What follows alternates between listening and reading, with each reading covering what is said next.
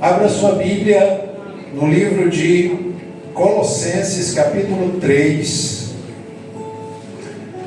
Nós vamos ler alguns versículos que estão nessa passagem bíblica e eu vou fazer também um comentário acerca desse capítulo 3, que é muito importante para o povo de Deus saber. Veja bem, Colossenses capítulo 3, versículos 12 até o versículo 17. Quem achou puder dizer amém? Amém. Glórias a Deus. Eu vou ler como está aqui na minha Bíblia. Acompanhe como estiver na sua tradução, na sua versão. O sentido é o mesmo. Diz assim, versículo 12: Revesti-vos, pois, como eleitos de Deus, santos e amados, de ternos afetos de misericórdia, de bondade, de humildade, de mansidão, de longanimidade. Suportai-vos uns aos outros, perdoai-vos mutuamente, caso alguém tenha motivo de queixa contra o outro. Assim como o Senhor vos perdoou, assim também perdoai vós. E acima de tudo isto, porém, esteja o amor, que é o vínculo da perfeição. E seja a paz de Cristo o árbitro em vosso coração, a qual também fostes chamados em um só corpo, e sede agradecidos.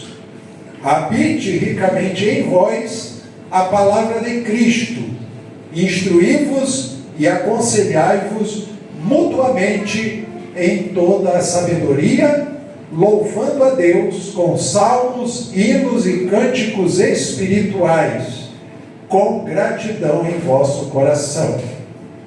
E tudo o que fizerdes, seja em palavra, seja em ação, fazei-o em nome do Senhor Jesus, dando por ele graças a Deus Pai. Amém. Até aqui a leitura da passagem bíblica. Podem se assentar em nome de Jesus. Louvado, exaltado para sempre é o nome do nosso Salvador Jesus Cristo. Queridos, eu vou falar sobre um tema muito importante para a igreja do Senhor, e chamo sua atenção nessa manhã para ver a orientação e a instrução bíblica dada pelo apóstolo Paulo nesta carta aos Colossenses. Eu gostaria, inclusive, de incentivar os meus irmãos aqui presentes e aqueles que vão estar visualizando essa mensagem através da rede social, do meu canal no YouTube, a ler todo o capítulo 3 de Colossenses. Eu li aqui somente do versículo 12 ao versículo 17.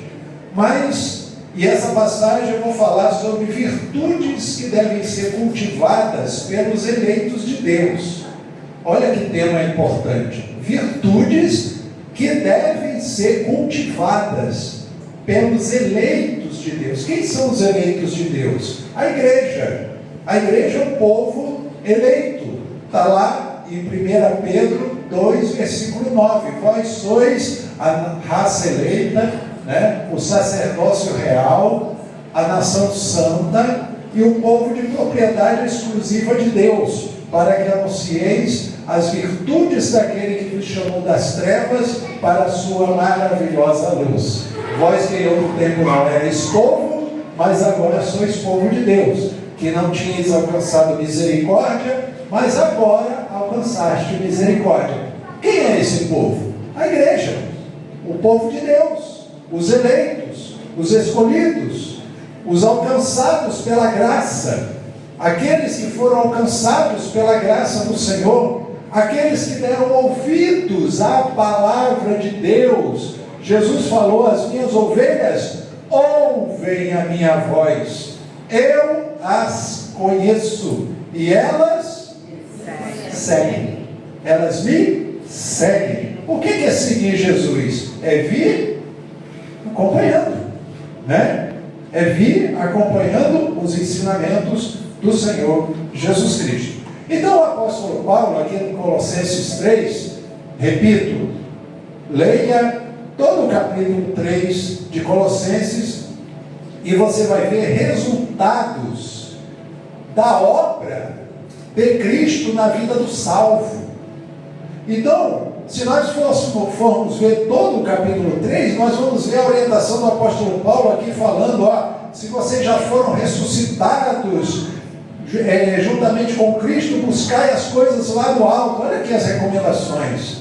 Está dizendo que quem está em Cristo já tem a vida espiritual ressuscitada juntamente com Cristo, está habitando em lugares celestiais juntamente com o Senhor Jesus.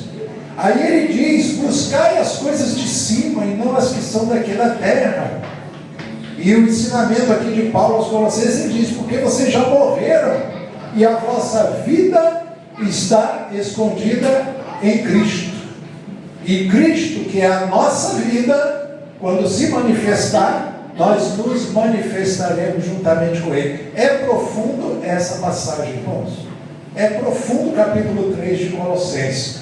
Mas veja bem, aí ele vai dando as instruções sobre os procedimentos do salvo, como o crente em Jesus deve viver, como ele deve ter atitudes, que demonstrem que ele é verdadeiramente um cristão, um servo de Deus.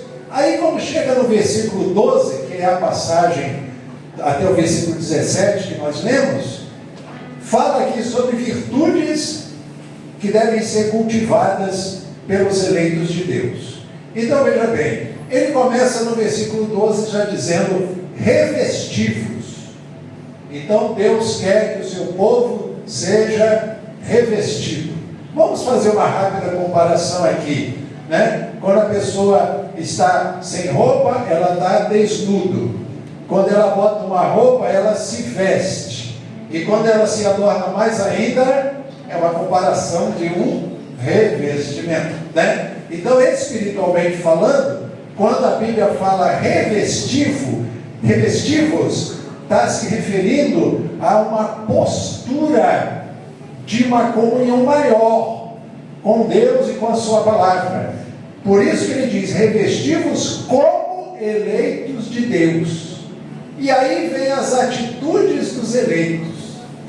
Pastor, agora, quais são essas atitudes? Ele diz, revestivos como eleitos de Deus, santos e amados de ternos afetos de misericórdia.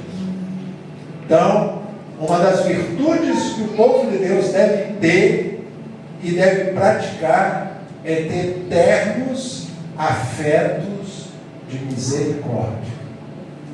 Não é para o crente ser vingativo, não é para o crente andar odiando as pessoas. Mas fulano me persegue, fulano fala mal de mim, eu quero mais é que ele morra. Nada disso. Isso não é papel do cristão. O papel do cristão é ter misericórdia, afetos de misericórdia. Pastor, e quem nos faz o mal? Retribui com o bem. E quem me ofende, me calunia? Perdoa. E quem só vive falando mal de mim? Ora por ele. Ora pela salvação dessa pessoa. Mas fulano não muda, só vive falando mal de mim, me perseguindo. Você libera e perdoa essa pessoa. Sabe o que vai acontecer? Essa pessoa, ela não deixa de ter responsabilidade diante de Deus, porque ela está agindo errado com você. Mas você não vai agir errado com ela. Você não vai botar o mesmo peso e a mesma medida que ela está fazendo contigo, você fazendo a mesma coisa. Aí ela diz, eu te odeio. Aí você diz, eu também te odeio. Não, é o mesmo peso e a mesma medida. Quando alguém diz, eu te odeio, você diz, eu te amo, pronto, botou brasa viva na cabeça. Você passou a bola, você passou a responsabilidade. A pessoa está te caluniando, falando mal, te odiando, sentimentos ruins contra você, e você perdoa e libera. Então você passou a bola, você diz, agora você se entenda com aquele que julga todas as coisas. Mas você está com o teu coração leve. Então por isso que Paulo diz, ó, como eleitos de Deus, haja como eleitos de Deus, revestivos. Quando fala revestir, é porque não é uma coisa fácil. Se fosse fácil, eu não dizia, gente, faça isso, né? Seja misericordioso. Era muito mais fácil a Bíblia dizer assim, né? Seja misericordioso e pronto. Mas ele diz não, revestivos, amados irmãos, revestivos de ternos afetos de misericórdia. É porque isso é uma qualidade, irmãos, que vai fazer a diferença. Essa qualificação do eleito vai fazer a diferença. As pessoas olham as pessoas do mundo, vê tanta gente vingativa, tanta gente se odiando, tanta gente querendo mal aos outros, tanta gente perverso, tanta gente sem amor ao próximo, tanta gente violento, vingativa, tanta coisa acontecendo nesse mundo, mas ela olha para a igreja e tem que ver os salvos, os eleitos de Deus sendo misericordiosos. Pastor, eu vou até prosseguir aqui, porque mais à frente tem algo aqui que eu quero falar sobre perdão, que é algo muito profundo, irmãos. Hoje você vai sair daqui com uma lição muito profunda sobre essa palavra, que muita gente não gosta muito de falar dela, mas é importante a igreja saber. É uma ferramenta poderosíssima para a nossa vida espiritual, é saber perdoar. E eu vou mostrar isso, o próprio exemplo do Senhor Jesus, hein? Vamos lá então. Então, revestirmos de ternos afetos de misericórdia. Então o crente tem que ser misericordioso. Sabe o que significa essa palavra misericórdia? Muita gente não atribui o próprio termo, miseri, né? Dá uma consonância de miséria, né? Seja misericordioso. Como Deus, a Bíblia não diz que a misericórdia de Deus dura de eternidade a eternidade? Porque se refere à bondade, sem merecimento nosso nenhum, mas Ele foi bondoso conosco, então Ele usou de misericórdia conosco. E o que é misericórdia? É Deus se compadeceu das nossas misérias. Porque a área espiritual da pessoa, quando não é um crente em Jesus, ele é um miserável pecador. Ele é um miserável condenado ao inferno. Enquanto ele não abraça a fé em Cristo e não passa a ser uma nova criatura, ele é um miserável pecador condenado ao inferno. Mas aí quando ele é convertido, quando ele ouve a palavra e dá ouvidos à voz de Deus, ele sente a ação misericordiosa de Deus na sua vida. Deus o resgata das trevas e traz para a sua luz. Deus tira ele do poder das trevas, das mãos do diabo. Irmãos, sabe lá o que é? Por isso que está acontecendo tanta coisa ruim nesse mundo, irmãos. Porque esse mundo, a Bíblia diz que jaz no maligno. O diabo está ceifando, o diabo está matando, o diabo está roubando, o diabo está fazendo com que a humanidade sofra consequências daquilo que ele mesmo induziu o primeiro casal lá no Éden. Ele induziu o primeiro casal a desobedecer a palavra de Deus. Por isso que Jesus, o nosso substituto, teve que vir como um servo obediente.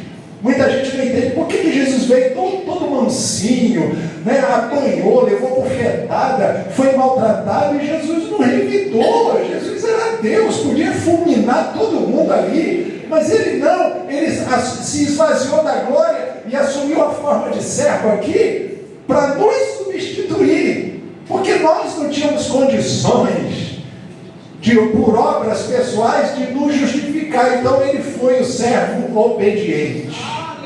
Ele foi afrontado, ofendido, esbofeteado, maltratado, crucificado. Foi tanta coisa fizeram, e Jesus falou: Pai, perdoa. Meu Deus. Perdoa. Eles não sabem o que estão fazendo. Então veja bem, irmãos, mais à frente eu vou falar sobre esse detalhe do perdão, mas vamos lá. De termos afetos de misericórdia, de bondade. Então o eleito tem que ser bom, tá? Então você já entendeu que misericórdia, porque Deus teve, né, compaixão das nossas misérias. Então Ele foi misericordioso. Então nós também temos que ser misericordiosos, ter afetos de misericórdia, ver uma pessoa mergulhada nas trevas e se compadecer daquela pessoa, orar por ela, pregar para ela. Ah, mas ela não quer nada, ela vira as costas para Deus, ela não quer saber de Deus. Não, faça a tua parte, ora por ela, prega para ela, fala de Jesus para ela. Se ela disser não quero saber, é com ela. Você fez a tua parte. Amém, irmãos? Está vendo como? Por isso que Paulo fala revestivos. É porque o negócio não é fácil. Aí a pessoa, poxa, como é que eu vou fazer, pastor? A pessoa está me ofendendo, está me xingando, né? A pessoa está me maltratando e eu tenho que ficar. Não, irmãos. Ah, então a gente está sendo bobo? Não, irmãos. É orientação bíblica. E eu vou falar algo aqui também, muito profundo, sobre justamente esse detalhe do perdão, mas mais um pouquinho à frente. Vamos lá.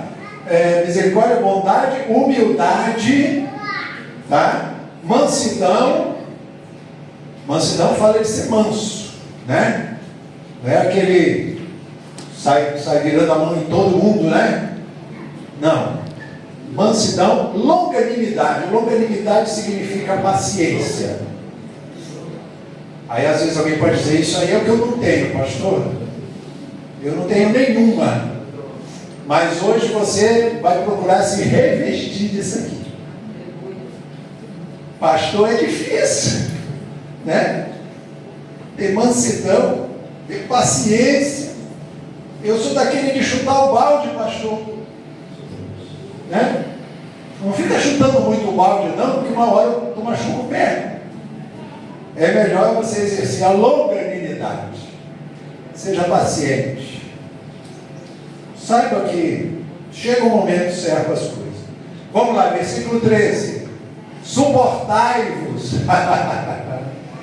Suportai-vos uns aos outros. Vamos dizer junto comigo, igreja? Suportai-vos uns aos outros. Agora diga para você mesmo, né? Fala.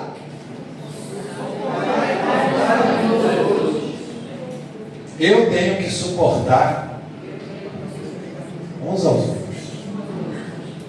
Assim como eu quero que me compreendam, eu tenho que compreender o meu semelhante também. Alguém está fazendo um monte de coisa errada porque não está tendo orientação das coisas certas. Então eu tenho que suportar. Passou aí é que não é comigo mesmo. Eu sou daquele já de né? Sai da frente. Não, fica ali, suportai-vos uns aos outros. Irmãos, e isso aqui, ó, nós estamos num ambiente aqui, ó, familiar. Diga, nós somos o povo de Deus. Nós somos família de Deus. Nós somos irmãos em Cristo. Se somos irmãos em Cristo, somos família. Se somos famílias, vamos suportar uns aos outros. Pastor, eu não sei como é que o senhor tem paciência. Fulano faz, apronta, acontece, né? Sai da igreja, né? Tal, e não sei quem, tal. Aí o senhor, né? Não, a gente vai suportando. Eu já vi casos, pessoas saíram da igreja, se arrependeram, voltaram, se reconciliaram, frutificaram, ganharam algo. E depois também a gente vai tendo paciência e as coisas vão andando. Já pensou? Ah, fulano sai da igreja, quero mais dentro da casa. É assim também. A gente tem que ter esse porte, né? Então, suportai-vos uns aos outros. Hoje você vai deitar de noite no seu travesseiro, você vai ficar ouvindo a voz do seu pastor. Suportai-vos uns aos outros. Chega de noite, você já está todo, né, esquentado com alguma coisa, aí você vai lembrar, o pastor falou, suportai-vos. Agora vem a palavra que eu queria até chegar a ela. Depois da vírgula, perdoai-vos mutuamente. Sabe o que é perdoar mutuamente? Não é só eu querer que me perdoe, não. Ah, fulano tem que entender que eu sou desse jeito, então ele tem que me perdoar. Eu fiz uma atitude errada, mas ele tem que saber que, né, e me perdoar. Mas só que a Bíblia diz mutuamente. Mutuamente é um ao outro. Eu tenho que compreender você, você tem que compreender a nós, nós temos que compreender uns aos outros, porque somos uma família. E a Bíblia diz: suportai-vos uns aos outros, perdoai-vos mutuamente. E aí, irmãos, eu quero falar sobre o poder do perdão. Me olhou. Eu falei: atenção, vingativos, todo mundo, né? A Bíblia está dizendo: não vos vingueis a vós mesmos. Olha o que diz aqui, amados: mas dai lugar à ira. Oh, meu Deus, olha o que Deus está falando.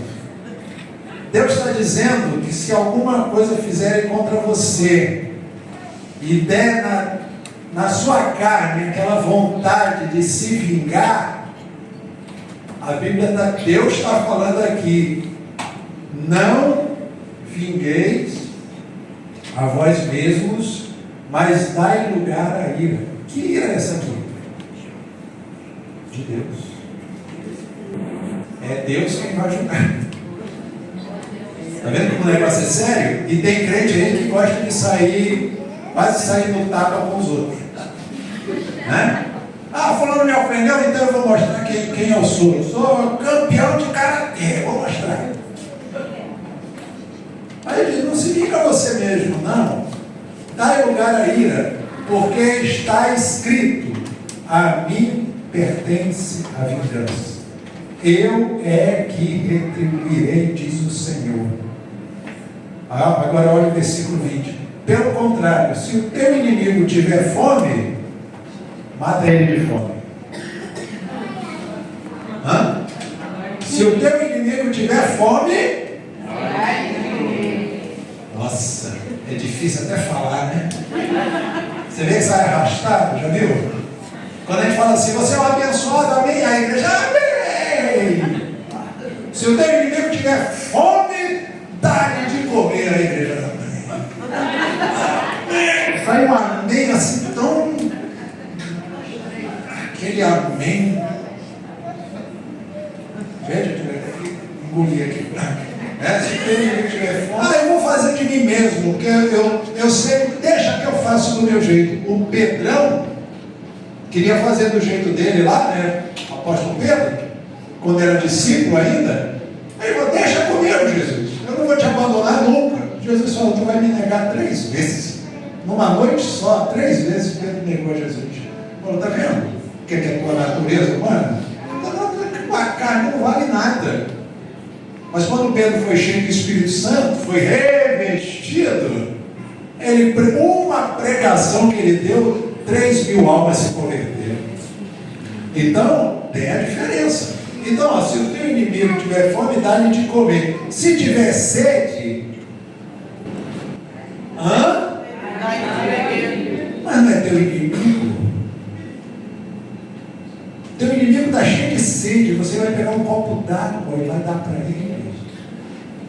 Está vendo como a Bíblia é um manancial de ensinamento para a gente, irmãos?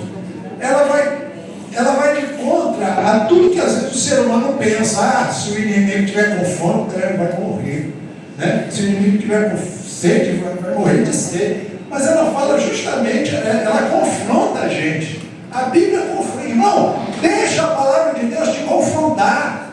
Não fica rebatendo, não. O pastor está falando aí, mas eu não vou fazer isso. Não rebate, não. Deixa a palavra confrontar. A palavra está falando com todos nós aqui. Nós temos que ser dessa forma, revestido de entranhas de misericórdia, de amor pelas pessoas, de perdão. Se o inimigo tiver fome, dá de comer. Se tiver sede, dá de beber. Isso é confronto. É Bíblia confrontando a gente. Aí ele diz aqui, dá de beber. Porque fazendo isto, amontoarás brasas vivas sobre a sua cabeça. Não te deixes vencer do mal, mas vence o mal com o bem. Quer mais ensinamentos? Você vê o que a Bíblia está dizendo? Então, irmãos, brasas vivas sobre a cabeça, quer dizer isso. a diferença da reação carnal, da reação humana e de quem age de acordo com a palavra. O ofensor, ele te ofende, e você o abençoa e o perdoa. Então, Deus fala, dai lugar à ira. Não é você que vai ficar irado com ele. Deus está dizendo, deixa comigo. Eu é que vou retribuir. Está vendo, irmãos, como o negócio é sério? Eu falo isso porque tem crente que carrega muitas das vezes um peso de vingança dentro de si.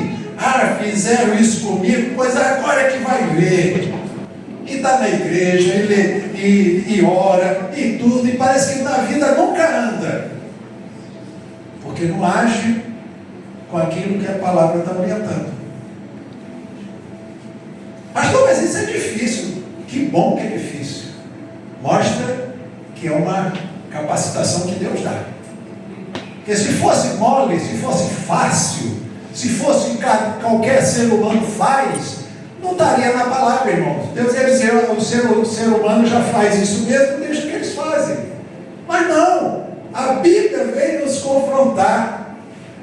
E ainda usa um termo bem claro, se o teu inimigo tiver fome. Ele não fala se o teu coleguinha da esquina, não fala. Fala se o teu inimigo, aquele que te persegue, te calunia, fala mal de você, aquele que não quer te ver nem pintado na tua frente. Pois é esse mesmo que você tem que abrir a boca e o abençoar. Tiver fome, dá-lhe de comer. Olha aqui, por isso que lá em Colossenses 3 fala revestidos. Revestidos. O revestimento é algo que te capacita. Aí eu vim entender o poder do perdão. O perdão é algo que a palavra de Deus coloca em nós para a gente confrontar a nossa natureza. Quem te ofende, quem te faz mal, quem te persegue, quem te calunia, o que é que eu faço, pastor? É melhor. Amém? Amém. Então vamos lá.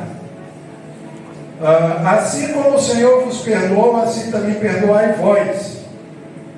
Quem lembra que Jesus na cruz falou, Pai, perdoa, eles não sabem o que fazem. Quer outro exemplo bíblico, além de Jesus? Estevão, lá em Atos, fala que foi o primeiro mártir da igreja. Estevão foi apedrejado e ele pregou com tanta ousadia que o pessoal rangeu o dente contra ele, partiu para cima dele, arrastou ele para ser apedrejado. E ele, quando ia ser apedrejado, ele olhou para o céu e falou, eis que eu vejo os céus abertos, o Filho de Deus está em pé à direita do Pai. Olha, o pessoal gritou, pegou pedra, mata esse homem, apedrejou ele. Senhor Jesus, não lhes impute esse pecado. E dizendo isso, adormeceu. Quer dizer, Estevão não morreu apedrejado com ira de vingança contra aquelas pessoas, mas ele entregou o Espírito a Deus e, Senhor, perdoa eles, não lhes impute esse pecado. A gente sabe que muita gente dessa turma que gritou crucifica Jesus, e dessa turma também que apedrejava e perseguiu o apóstolo Paulo, se converteu depois, né? Você vê que muita gente dessa turma se tornaram também os primeiros crentes da igreja primitiva, tá? A turma que Pedro pregou e 3.000 almas se converteram era a mesma que estava no meio lá quando gritaram para Pilatos, crucifica, né? Preferimos Barrabás do que esse Jesus, crucifica ele. Quer dizer, e dias depois, a pregação de Pedro fez com que essas pessoas se convertessem. Então, irmãos, é o confronto da palavra. Aí no versículo 14, vou adiantar agora aqui para a gente concluir. Acima de tudo isso, porém, esteja o amor, que é o vínculo da perfeição.